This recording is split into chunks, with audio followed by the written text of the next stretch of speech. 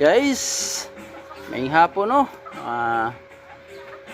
Nana po na itong project guys.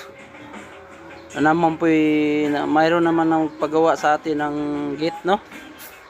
Bale 190 cm yung taas nito guys. Yung lapad niya ay 133 cm. Bali dalawa to no. Isa pa yung ating na-symbol.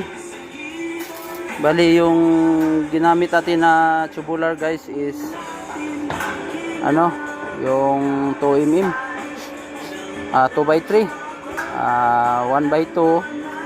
Bali 1x2 yung ating railing guys, pero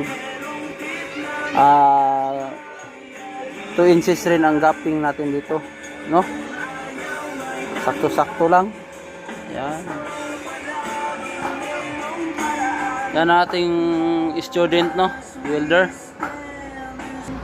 Salamat guys.